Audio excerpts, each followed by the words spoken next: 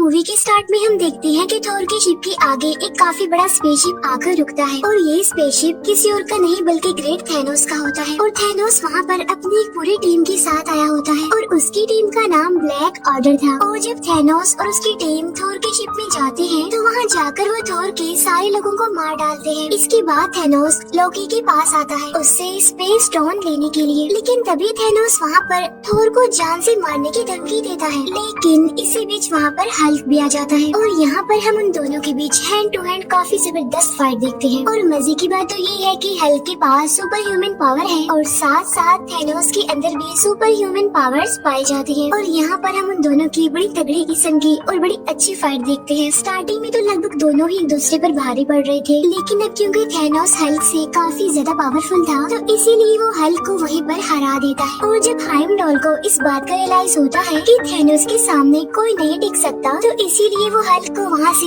अर्थ पर भेज देता है। लेकिन जब थैनोस उसे ऐसे करते देखता है तो उसे बहुत गुस्सा आता है, इसीलिए वो हाइमडॉल को वहीं पर ही मार डालता है। और इसके बाद थैनोस थोर को भी जान से मारने की कोशिश करता है, जिस पर लोकी उसे कहता है कि इसे छोड़ दो और इसके बदले में मैं तुम्हें स्पेस स्टोन देने के लिए तैयार हूँ। और फिर लोकी थैनोस को वो स्पेस स्टोन दे ही देता है, लेकिन थैनोस तो यहाँ पर भी चीटिंग करता है और वो लोकी को जान से मार डालता है। अब इस बात की वजह से थोर को काफी गुस्सा भी आता है और उसे काफी बुरा भी लगता है, लेकिन अब क्योंकि उसके हाथ पैर बांधे गए थे इसीलिए वो तो कुछ भी नहीं कर सकता था। इसके बाद थैनोस अपने थर्ड स्टोन को हासिल करने के लिए उस शिप से चला जाता है, लेकिन जाते जाते वो इस शिप को काफी बुरे तरीके से एक्सप्लोड कर देता है। अब क्योंकि पूरे स्पेस में ही वो शिप डिस्ट्रॉय हो चुका था इसीलिए थोर भी वही स्पेस में फ्लाई कर रहा होता है। लेकिन ठीक उसी टाइम पर वहाँ गार्डियंस ऑफ द गैलेक्सी की टीम पहुँच जाती है और जब वो थोर को उस स्पेस में उड़ता हुआ देखते हैं तो वो उसे अपने शिप में ले आते हैं। वहाँ पर मैंटिस होती है जिसके पास किसी का भी माइंड पढ़ने की एबिलिटी होती है और जब वो थोर के सर पर अपना हाथ रखती है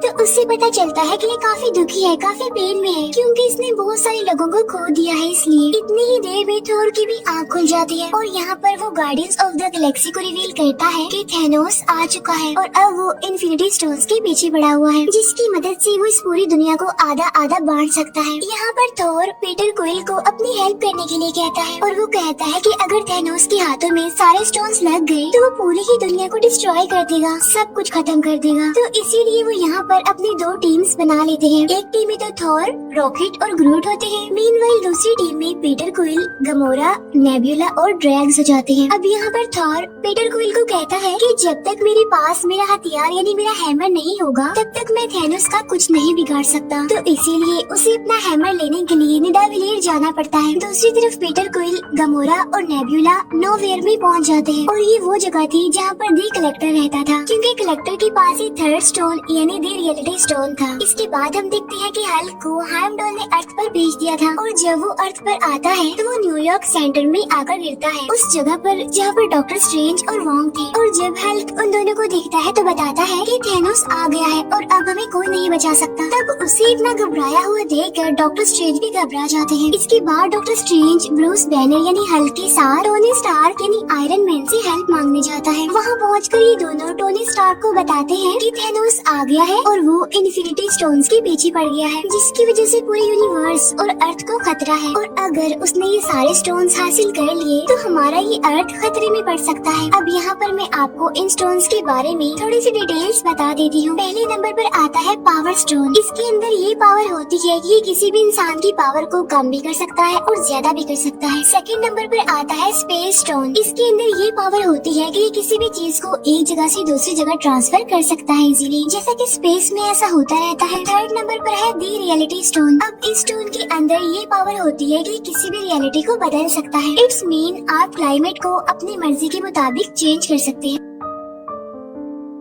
नंबर 4 पर आता है द टाइम स्टोन और ये वाला स्टोन डॉक्टर स्ट्रेंज के पास होता है। इस स्टोन में ये पावर होती है कि ये अपनी मर्जी से टाइम को आगे पीछे कर सकता है। 5वें नंबर पर आता है द सोल स्टोन। इसमें ये पावर होती है कि ये किसी भी इंसान की सोल का कंट्रोल हमारे हाथ में दे देती है, यानी कि हम जो भी चाहें उस सोल से करवा सकते हैं। छठा और लास्ट स्टोन है द माइंड स्टोन। इस स्टोन में ये पावर होती है कि ये किसी के भी माइंड को कंट्रोल कर सकता है और ये किसी भी इंसान को टेलीकिनेटिक पावर दे सकती है, जो कि किसी भी सामान को हवा हवा में एक जगह से दूसरी जगह उड़ा सकता है। अब ये सारी तो हो गई इन स्टोन्स की डिटेल्स। इन सारे स्टोन्स को हासिल करके थैनोस इस पूरी दुनिया में बैलेंस बनाना चाहता है। वो चाहता है कि अब जितने भी प्लैनेट्स हैं उन पर जितनी ज्यादा ह्यूमैनिटी बढ़ गई है उन सबको आधा आधा बांट दिया जाए, जिससे कि रिसोर्सेज उन सभी लोगों को पूरी तरह से मिल सकेंगे और इससे पूरी दुनिया में बैलेंस भी बना रहेगा। अब यहाँ पर थैनोस आधी ह्यूमैनिटी को खत्म करने की बात कर रहा था और यही वजह है कि वो इन इन्फिनिटी स्टोन्स को हासिल करने के लिए पागल है। और जब ये सारी बात टोनी स्टार्क को पता चलती है कि थैनोस इस पूरे यूनिवर्स में से आधी पॉपुलेशन को खत्म करना चाहता है, तो वो सोचता है कि क्यों न इन 6 स्टोन्स में से एक को डिस्ट्रॉय कर दिया जाए। तो इसीलिए वो डॉक्टर स्ट्रेंज को कहता है जो टाइम स्टोन आपके पास है क्यों न हम उसे डिस्ट्रॉय कर दें, ताकि थैनोस कभी भी अपने इस मिशन में कामयाब ना हो सके। तभी सुनकर डॉक्टर स्ट्रेंज कहते हैं कि मैं मरते दम तक इस टाइम स्टोन की प्रोटेक्शन करता रहूंगा, इसीलिए मैं कभी भी इसे डिस्ट्रॉय होने नहीं दूंगा। तब यहाँ पर वो सोचते हैं कि विजन के पास भी माइंड स्टोन है और अगर हम उस स्टोन को डिस्ट्रॉय कर दें तो थैनोस वो कभी भी नहीं कर पाएगा जो वो करना चाहता है। तो इसीलिए वो फौरन विजन से कांटेक्ट करने की कोशिश करते हैं। लेकिन यहाँ पर हमें पता चलता है कि विजन ने अपना ट्रांसपोर्टर बंद किया हुआ है, क्योंकि उधर एवेंजर्स की टीम 2 हिस्सों में बढ़ चुकी थी। एक टीम तो आयरन मैन के साथ थी जबकि दूसरी टीम कैप्टन अमेरिका के साथ थी और इसी वजह से वो लोग विजन से कांटेक्ट नहीं कर पाते। तभी वहाँ पर ब्रूस बैनर यानी हल्क टोनी स्टार्क को कहता है कि शायद कैप्टन अमेरिका को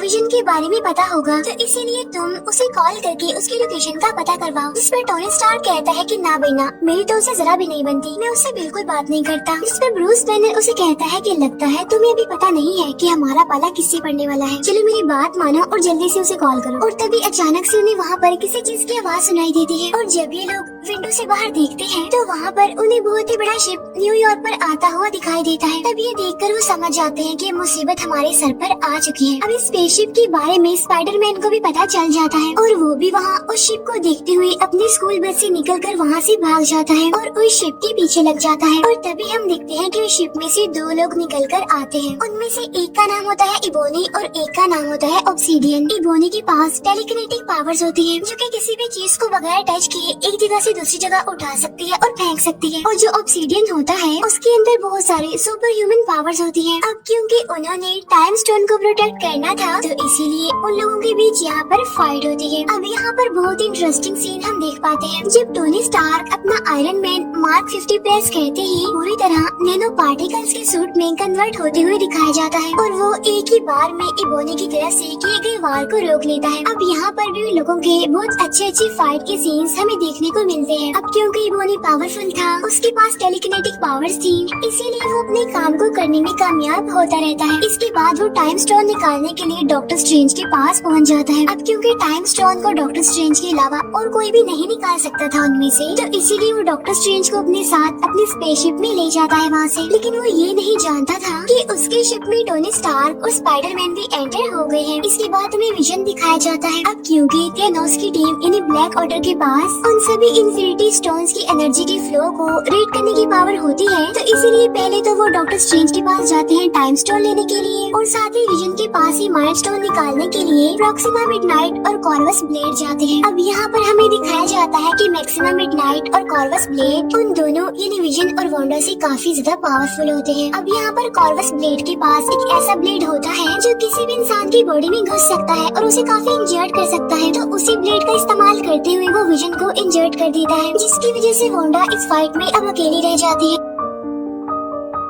इसीलिए वो दोनों वांडा पर भारी पड़ने लगते हैं। लेकिन तभी वहाँ पर भी कैप्टन अमेरिका आ जाते हैं और वो वहाँ आकर फैल्कन और साथ ही नताशा यानी ब्लैक विडो की हेल्प से उन दोनों को हराने में कामयाब हो जाते हैं। और जब ये तीनों उन दोनों को मारने ही वाले होते हैं तो वो दोनों यानी प्रॉक्सिमा मिडनाइट और कॉर्वस ब्लेड एक पोर्टल ओपन करके वहाँ से भाग जाते हैं। अब क्योंकि विजन काफी बुरे तरीके से इंजर्ड हो गया था, तो वो सभी डिसाइड करते हैं कि वो ब्लैक पैंथर की हेल्प लेंगे विजन को फिर से रिकवर करने के लिए। इसके बाद सीन शिफ्ट होकर गार्डियंस ऑफ द गैलेक्सी की तरफ आता है, जहाँ पर कमोरा और पीटर क्विल बातें करते हुए आगे बढ़ रहे हैं। यहाँ पर कमोरा पीटर को बताती है कि काफी सालों पहले की बात है कि जब थैनोस हमारे प्लेनेट पर भी आया था और उसने हमारे प्लेनेट के आधे लोगों को मार दिया और उन लोगों में मेरी मदर भी शामिल थी। लेकिन इस बार थैनोस को मैं ऐसा करने नहीं दूंगी और मेरे पास एक सीक्रेट है जिसकी वजह से मुझे लेने के लिए थैनोस यहाँ पर जरूर आएगा। और वो पीटर को कहती है कि तुम्हें मुझसे प्रॉमिस करना होगा कि अगर मुझे थैनोस अपने साथ ले जाने की कोशिश करे तो तुम्हें मुझे जान से मार देना होगा। अब हालांकि पीटर क्विल ऐसा करना तो नहीं चाहता था, लेकिन फाइनली वो कमोरा से प्रॉमिस कर लेता है और इसके बाद वो सीधा चले जाते हैं नोवेयर पर, यानी जहाँ कलेक्टर रहता था। वहाँ पहुँचकर उन्हें पता चलता है कि थैनोस उसे मारने की धमकी देता है और कहता है कि अगर तुमने मुझे रियलिटी स्टोन नहीं दिया तो मैं तुम्हें जॉन से मार डालूंगा। लेकिन वहाँ पर कमोरा आकर थैनोस को मार डालती है। लेकिन यहाँ पर हमें पता चलता है कि थैनोस तो उनसे पहले ही वहाँ पर आ गया था और उसने कलेक्टर से रियलिटी स्टोन भी ले लिया था। और जो ये अभी हमने देखा था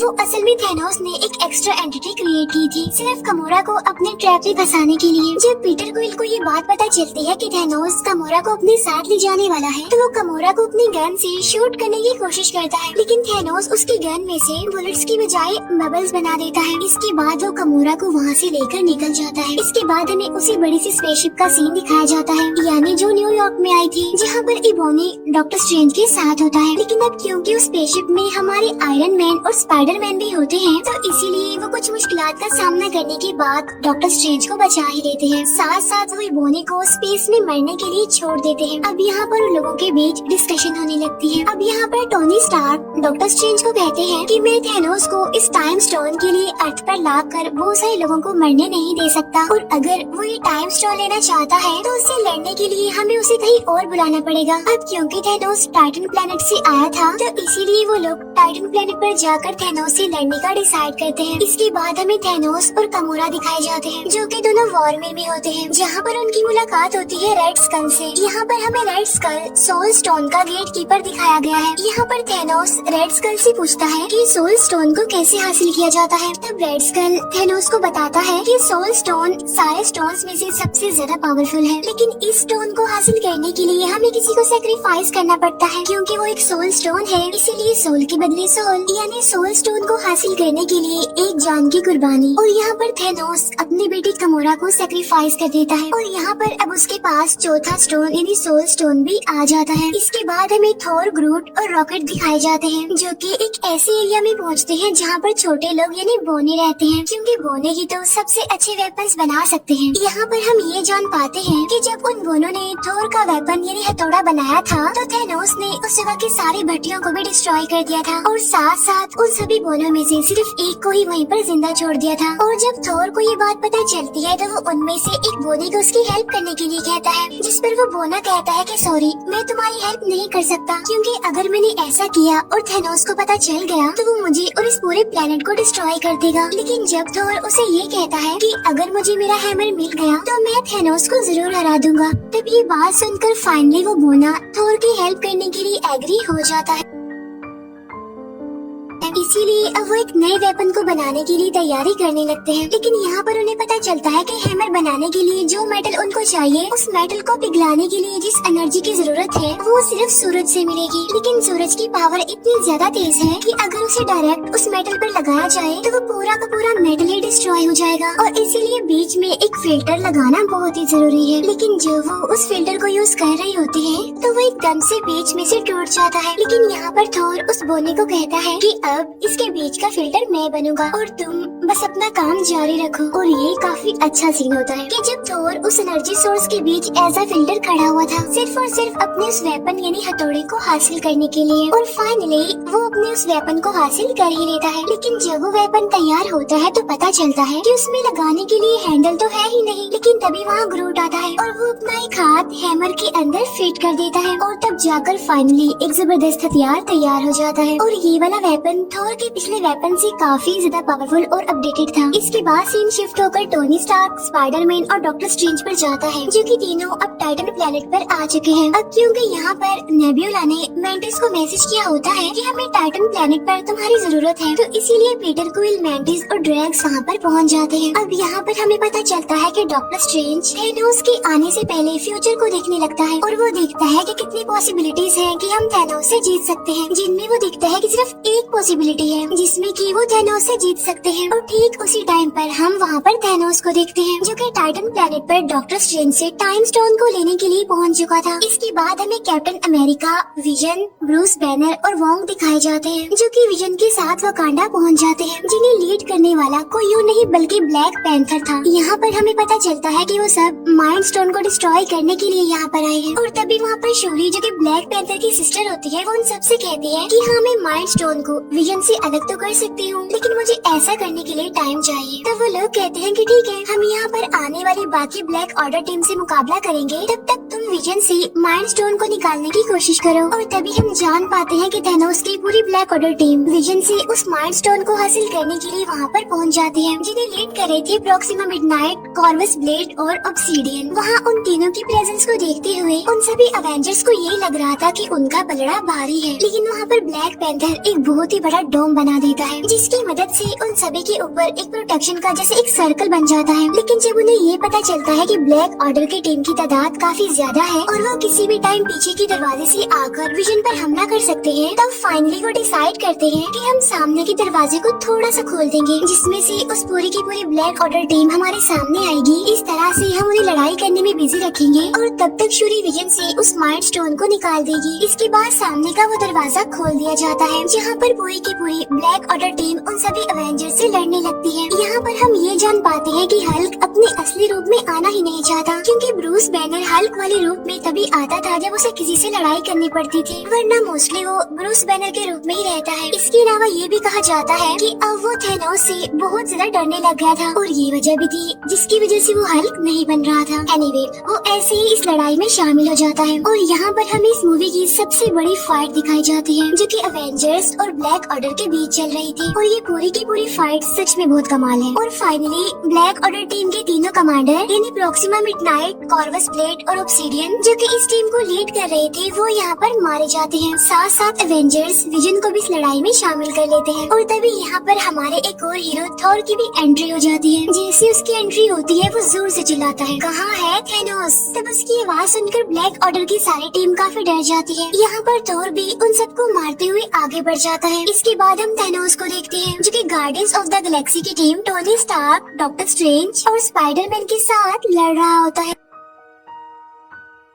अब हालांकि वो लोग थैनोस को काबू करने और उसके हाथ से गोल्ड आर्मर निकालने की काफी कोशिश करते हैं, लेकिन थैनोस तो इतना ज्यादा पावरफुल होता है कि वो सभी को मारना शुरू कर देता है। किसी को भी वो अपने आगे टिकने नहीं दे रहा था। लेकिन इस फाइट के बीच एक टाइम ऐसा भी आता है जब वो पूरी टीम थैनोस को पकड़ ही लेती है और स्पाइडरमैन उसके हाथ से वो गोल्ड आर्मर निकालने की कोशिश करता है। लेकिन यहाँ पर पीटर क्वाइल एक काफी बड़ी गलती कर देता है। वो थैनोस के पास आकर उसे पूछता है कि तुमने गमोरा का क्या किया, और वो थैनोस के मुंह पर अपनी गन और पंच से मारना शुरू कर देता है, जिसकी वजह से थैनोस फिर से होश में आ जाता है और वो फिर से अपना गोल्ड आर्मर पहनकर उन सबको मारने लगता है, उन पर भारी पड़ने लगता है। अब यहाँ पर हम एक और बड़ी जबरदस्त फाइट देखते हैं, जहाँ पर हमारे टोनी स्टार्क यानी आयरन मैन थैनोस से लड़ रहे होते हैं। अब आयरन मैन का ये सूट काफी पावरफुल था, इसीलिए अब उनके बीच एक जबरदस्त टेक्निकल फाइट चलने लगती है। अब हालांकि यहाँ पर थैनोस की बॉडी से खून का सिर्फ एक ड्रॉप निकलता है, लेकिन इस वजह से उसे इतना ज्यादा गुस्सा आ जाता है कि वो टोनी स्टार्क को उसी के ब्लेड से काफी इंजर्ड कर देता है और उसे जान से मारने लगता है। लेकिन तब डॉक्टर स्ट्रेंज थैनोस को कहता है कि तुम इसे मत मारो, तुम इसे छोड़ दो, और अगर तुम इसे छोड़ दोगे तो मैं टाइम स्टोन तुम्हें दे दूंगा। अब हालांकि यहाँ पर टोनी स्टार्क डॉक्टर स्ट्रेंज को ऐसा करने से मना करता है, लेकिन यहाँ पर टोनी स्टार्क यानी आयरन मैन की जान बचाने के लिए डॉक्टर स्ट्रेंज को ये सैक्रिफाइस करना ही पड़ता है और अपना टाइम स्टोन थैनोस को दे देता है। और जैसे ही थैनोस को उसका 5वां स्टोन मिलता है, तो वो खुशी से दौड़ने लगता है। इसके बाद वो स्पेस स्टोन को यूज करते हुए वहाँ से निकल जाता है और सीधा वहाँ से पहुँचता है अर्थ पर यानी वकांडा में, जहाँ पर पहले ही ब्लैक ऑर्डर और एवेंजर्स के बीच फाइट चल रही थी। उधर विजन और वांडा के बीच डिस्कशन चल रही होती है। यहाँ पर विजन वांडा को कहता है कि अगर थैनोस यहाँ पर आकर मुझे जान से मारकर माइंड स्टोन लेगा तब भी मैं मर जाऊंगा, और अगर तुम ये स्टोन निकाल दोगी तब भी मैं मर जाऊंगा, तो क्यों ना तुम ही स्टोन को निकाल कर मुझे आजादी दो। इसके बाद इस माइंड स्टोन को डिस्ट्रॉय कर दो, जिससे होगा ये कि थैनोस जो करना चाह रहा है वो उसमें नाकामयाब हो जाएगा। अब यहाँ पर वांडा ना चाहते हुए भी विजन के सर से वो माइंड स्टोन निकालने की कोशिश करती है और फाइनली वो उस माइंड स्टोन को निकालने में कामयाब भी हो जाती है। लेकिन जैसे ही वो उसे डिस्ट्रॉय करने लगती है, तो वहाँ पर थैनोस आ जाता है, जो यहाँ पर आकर टाइम को रिवर्स करता है, यानी टाइम को पीछे कर देता है। यानी उस टाइम में जब वो माइंड स्टोन विजन के सर पर लगा हुआ था और वो विजन के सर से माइंड स्टोन ले लेता है और उसे अपने गोल्ड आर्मर में पहन लेता है। अब यहाँ पर थैनोस वो सारे स्टोन्स ले चुका था, लेकिन तभी वहाँ पर थोर आ जाता है और वो अपने हैमर को थैनोस पर दे मारता है। लेकिन यहाँ पर थैनोस थोर से कहता है कि थोर तुमने गलती कर दी, तुम्हें इस हैमर को मेरे सर पर मारना चाहिए था। और तभी यहाँ पर थैनोस